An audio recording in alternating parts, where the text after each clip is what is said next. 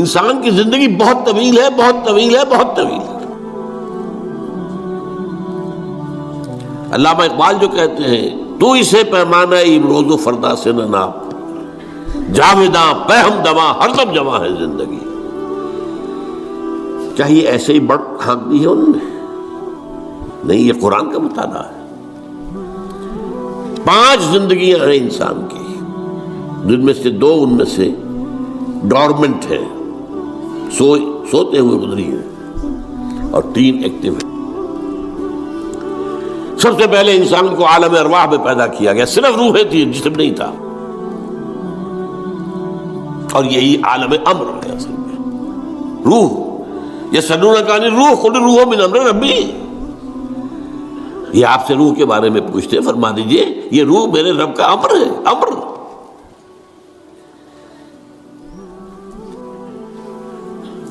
اس کے بعد اسی عمل کے دوران، اسی روحانی زندگی کے دوران عہد لیا گیا، الست بربکم قالوا بلی۔ ساری ارواح، آدم سے لے کر آخری انسان جو دنیا میں آئے گا، سب کی ارواح موجود تھی، میری، میرے والد کی، میرے دادا کی، پردادا کی، سگڑ دادا کی، آدم تک، اور میرے بیٹے کی اور پوتے کی اور پڑ پوتے کی، اور آخری انسان جو آئے گا دنیا میں اس تک، تمام انسانوں کی ارواح۔ الارواح جنود مجندہ، حدیث میں الفاظ ہے، لشکروں کے لشکر، تمام ارواح انسانیہ پیدا کر دی، لیکن جسم کسی کا نہیں تھا۔ ان سے عہد لیا گیا، الست بربکم قالوا بلی، کیا میں نہیں ہوں تمہارا رب، مالک، آقا، حاکم، پروردگار؟ سب یقیناً ہے اللہ، تو ہی ہمارا حاکم ہے، پروردگار ہے، عالم۔ پہلی زندگی یہ ہے۔ اس کے بعد سلا دیا گیا۔ نیند اور موت میں زیادہ فرق نہ سمجھیے، موت جو ہے وہ بھی ایک طرح کی نیند ہے، اور نیند بھی ایک طرح کی موت ہے۔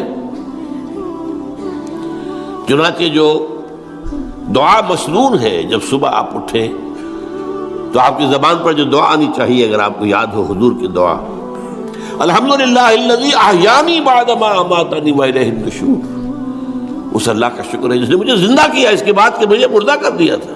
نہیں، مردہ ہوتا ہے انسان جب اس کا شعور ہی نہیں۔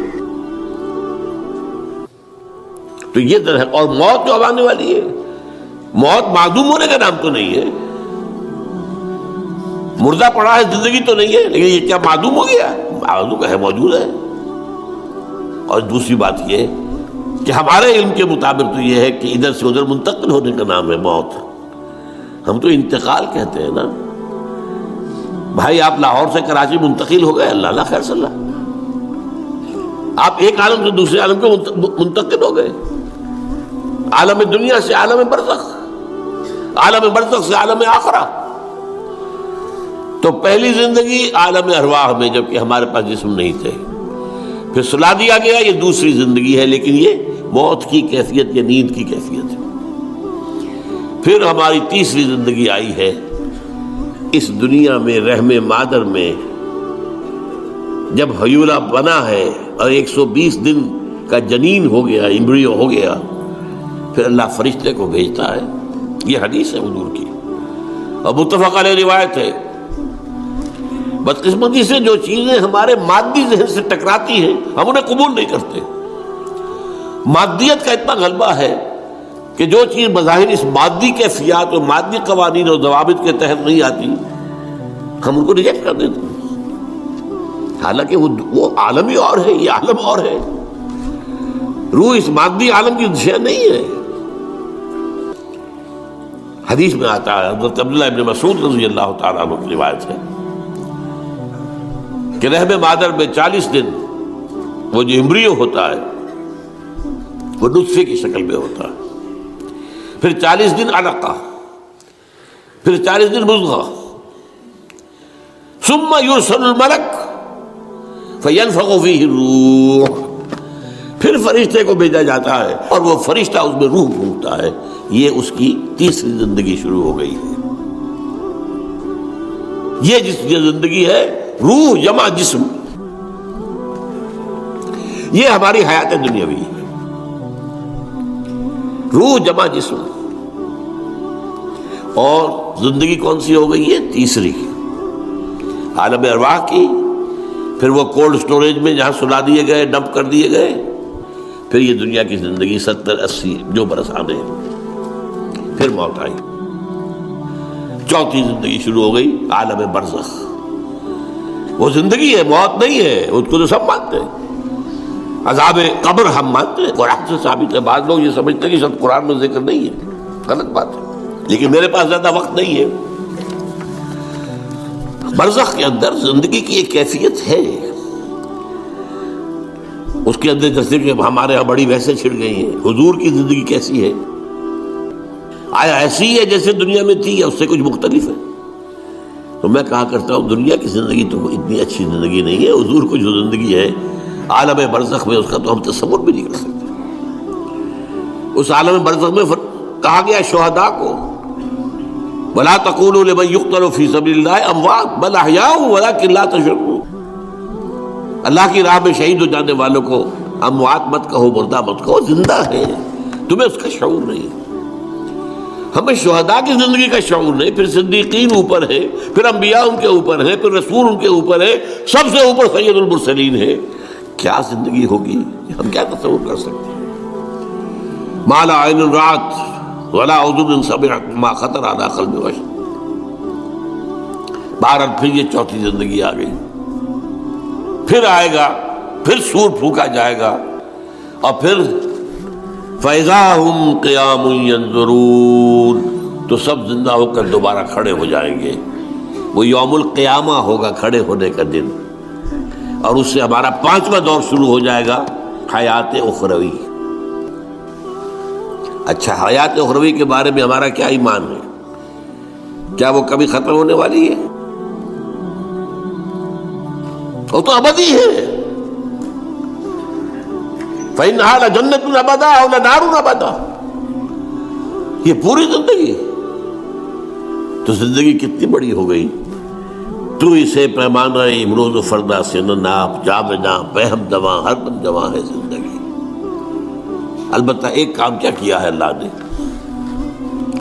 یہ جو دو موتوں کے درمیان زندگی آئی ہے، پہلی موت جو کہ ہم عالم ارواح سے اس کے بعد سلا دیے گئے، موت آ گئی نا، پھر اللہ نے زندہ کیا. پھر جو ہمیں موت آنے والی ہے میری اور آپ کی، ان دو موتوں کے درمیان ایک زندگی کا حصہ کٹ گیا. اس میں سے یہ لمبا پروسیس، وہاں سے وہاں تک مبدا و معاد، انا للہ و انا الیہ راجعون. اس میں یہ چھوٹا سا ہماری زندگی میں سے حصہ کاٹ کر اس سے ایک امتحانی وقفہ بنایا گیا. خلق الموت والحیات لیبلوکم ایکم احسن عملا. اس نے زندگی اور موتیں تخلیق کی ہیں تاکہ تمہیں آزمائے کہ کون ہے تم میں سے اچھے عمل کرنے والے. یہ امتحانی، اس کو بھی اقبال نے خوب کہا ہے. ملزم ہستی سے تو ابرا ہے مانند حباب، اس زیاں خانے میں تیرا امتحان ہے زندگی. اب امتحان 3 گھنٹے کا بھی ہوتا ہے تو وہ 30 سال کا بھی ہو سکتا ہے. یہ تو ایک کوانٹیٹیٹیو ایلیمنٹ ہوا. امتحان ہے. Testing is testing. یہ حیات دنیاوی امتحان ہے. ملزم ہستی سے تو ابرا ہے مانند حباب، اس زیاں خانے میں تیرا امتحان ہے زندگی.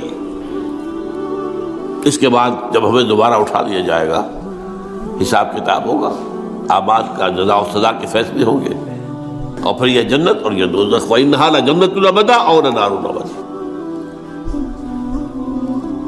یہ حیات ایک ایمان باللہ اور ایمان بالآخرہ. ایمان بالآخرہ کے ضمن میں پورے حیات انسانی کا ایک تصور جو ہے سامنے لانا ضروری ہے.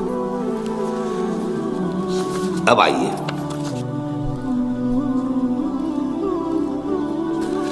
میں نے کہا تھا تخلیق کے بارے میں کچھ باتیں آپ کو بتاؤں گا.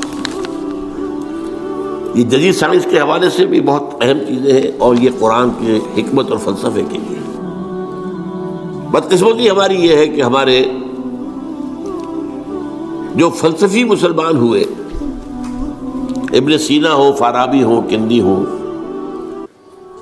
جو متکلمین ہوئے جنہوں نے عقل سے کام لے کر قرآن کی تفسیریں کی ہیں. امام راضی ان میں بہت بڑے مقام پر ہیں، اور ہیں بہت ہیں. کچھ صوفی مزاج صوفی ہے، فلسفی ہے. ان سب نے اپنی زیادہ تر گفتگو کا دار و مدار یونانی حکماء اور فلاسفہ کی بات پر رکھی ہے.